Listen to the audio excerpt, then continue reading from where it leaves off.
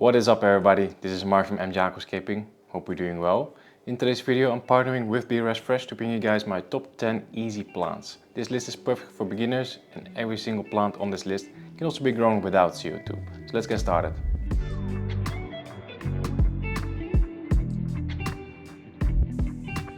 Okay, so let's get straight to it. So this is a top 10, so we're counting down from 10 to 1. And number 1 is my absolute favorite easy plant. It's also one that's very special to me, so make sure you watch it all the way to the end.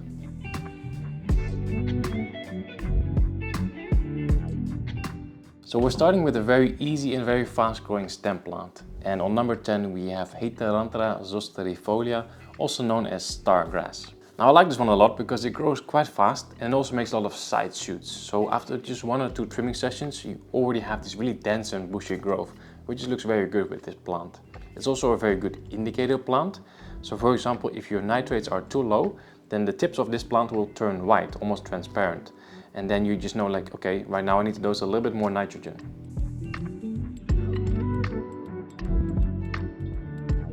On number 9 we have another stem plant, but this one is a lot smaller. And if you have a nano tank, this one is perfect for the background. In larger tanks, it's more suitable for the mid-ground. I'm talking about micranthemoides, or as most people will know it, Pearlweed. Actually, Pearlweed can also be used as a carpeting plant. If you have very strong light, this plant will actually grow horizontally, so you can make a carpet out of it. I've never tried it, but I've seen people do it and it looks pretty good. So it's a very versatile plant, and for some reason it is often labeled as difficult. But I've grown this plant in low tech conditions, low light conditions, a tank without a filter, and it's always done very well for me.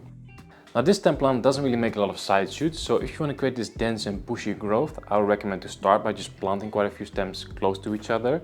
Then you can trim them a couple of times, and when you're trimming you can also replant the cuttings. That way you can really like increase the amount of stems that you have, and optionally you can also trim them into a nice shape.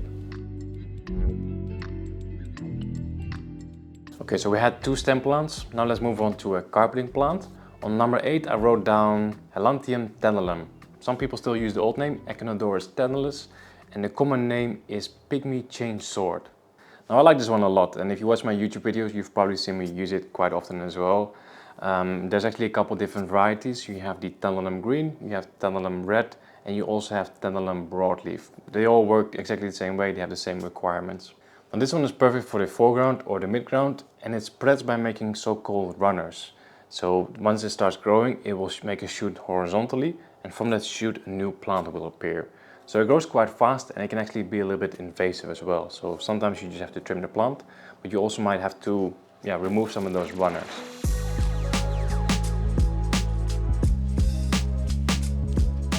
On number 7 we have a true classic. On number 7 I wrote down Java fern, and my personal favorite is the Trident Java fern. Now this is a rhizome plant, which basically means that you need to attach it to some decor. So either a rock or some driftwood, maybe even on the background, but you can't plant the rhizome in the substrate. If you do that, it will start rotting and it will eventually die. Now Java ferns will grow well in just pretty much any condition. As long as you provide them with a little bit of light, they will do just fine. Now Java ferns are very slow growing, so you don't really have to trim them. You can trim them, but I would always recommend to cut leaves as close to the rhizome as possible, because if you trim a leaf in half, the half that stays on the plant is not going to continue growing, so it's just going to stay there and just look a bit weird, you know. What's actually quite interesting about Java ferns is the way they propagate, because they grow new plants on their leaves. So sometimes all of a sudden you'll see a tiny Java fern on the tip of like an old leaf. Really cool. On number 6 I wrote down a plant that is very popular in the aquascaping hobby, and that is Hydrocotyle tripartite, or Hydrocotyle Japan. Some people also call it Japan clover. A very small bright green plant. It kind of looks like a 4-leaf clover. Now you can use this plant in the foreground and make a carpet out of it, but personally I like to use it a little bit more in the midground and use it as a so-called detail plant. So I'll just make small groups and plant them just here and there, just kind of randomly. Now this plant is very beautiful, but it's a little bit dangerous as well, because if you have strong light, plants grow super fast and it just grows in every single direction. It makes runners similar to the Helanthium, and yeah, they just go everywhere, even in places where you just don't want this plant. So you need to be careful with that. If you don't have strong light, it doesn't grow as fast, and it also grows a little bit more vertically instead of horizontally. Still looks pretty good though. There's actually also a Hydrocotyle tripartite mini. I actually like that one even more. That one is also available from the Fresh website, including a bunch of other easy plants that are not on my list. So if you need more suggestions, then check out the Fresh website.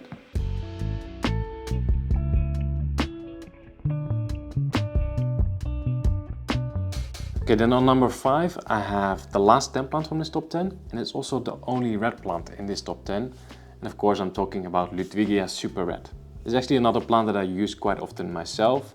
I just really love it, and there's also not that many easy to grow red plants, but Ludwigia super red is definitely one of them. So this stem plant is perfect for the midground or for the background, and it just looks really good, you know, this really beautiful pop of red. And it doesn't grow too fast either, it kind of has like a moderate growth speed. Just like the Heteranthera zosterifolia, this is also a stem plant that grows quite a lot of side shoots. So after just 1 or 2 trimming sessions, you already have this really dense and bushy growth. The only downside to that is that once you have this dense and bushy growth, the bottom part of the stems will usually kind of lose the leaves because there's just not a lot of light coming through there. There's not really much you can do about it, and I just kind of leave it as it is. The best thing you can do is to plant the Ludwigia behind a piece of hardscape or behind another plant to hide those bare stems, you know. Then on number 4, I didn't write down one specific plant. I basically just wrote down an entire plant group, and that is Bucephalandra. I absolutely love Bucephalandra, and it was too difficult to choose only one. So Bucephalandra are also rhizome plants, so they also need to be planted on some rocks or some wood or whatever decor you have. And they're a little bit vulnerable to algae, so I would always recommend to place them in shaded areas. Besides that, they're very easy, they will grow in pretty much any condition. The only thing you need to be sort of careful with Bucephalandra is adding them to a completely new setup. It can be a little bit sensitive to that, and they can actually melt. So I would always recommend to set up your aquarium, and then after 3 to 4 weeks, then add your Bucephalandra. Especially with the Bucephalandra from tissue culture cups, they are very sensitive to melting, so I would always recommend to add them a little bit later.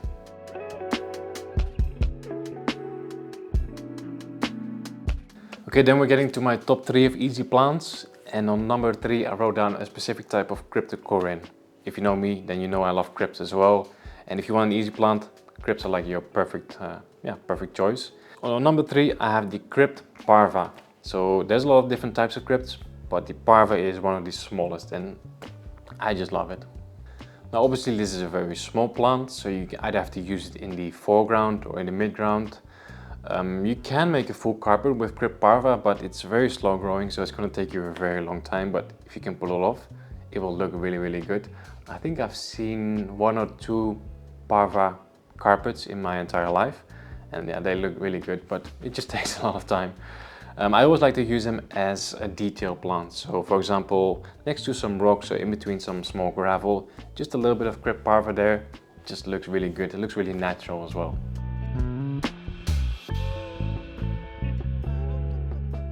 Okay, so we have just 2 left. On number 2 I have another classic, the Anubias. Not just any Anubias, my personal favorite one is the Anubias nana bonsai. I think sometimes also referred to as Anubias nana petite. I think those two are the same. But yeah, just the small Anubias. No, I really love them. Maybe we should have named this video Top 10 Easy Small Plants, because crypt parva, Anubias bonsai, the tripartite are small. I think Helanthium is also small. A lot of small plants in this video, but I guess that's because I have mostly nano tanks. Anyway, Anubias, they're all kind of the same in terms of their requirements. Very slow growing. They don't really need any CO2. They don't really need a lot of light. They're a little bit sensitive to algae, so make sure you place them in shaded areas. But that's it. Let's move on to number 1.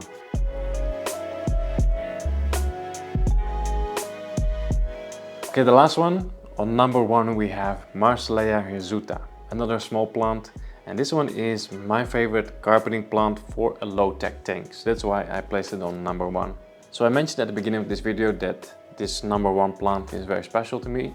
And that's because when I just started aquascaping, so like 7 years ago now, with Marsilea hirsuta, I had my first full carpet basically. And I think I have a picture somewhere, I'll overlay that picture. But in that tank I had no CO2 and no aquasol, and I had a full carpet with Marsilea, and yeah, I was quite proud of that. So Marsilea hirsuta, a beautiful, really small, clover-like carpeting plant.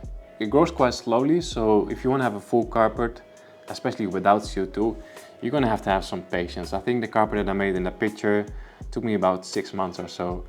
You can definitely do it faster and just plant a little bit more densely from the beginning, but it's a pretty slow growing plant.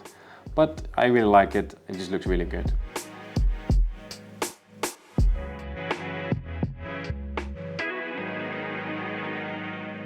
Okay, so that was my top 10 easy plants. Hope you guys enjoyed this list. If you need more suggestions, then check out fresh.bulkreefsupply.com.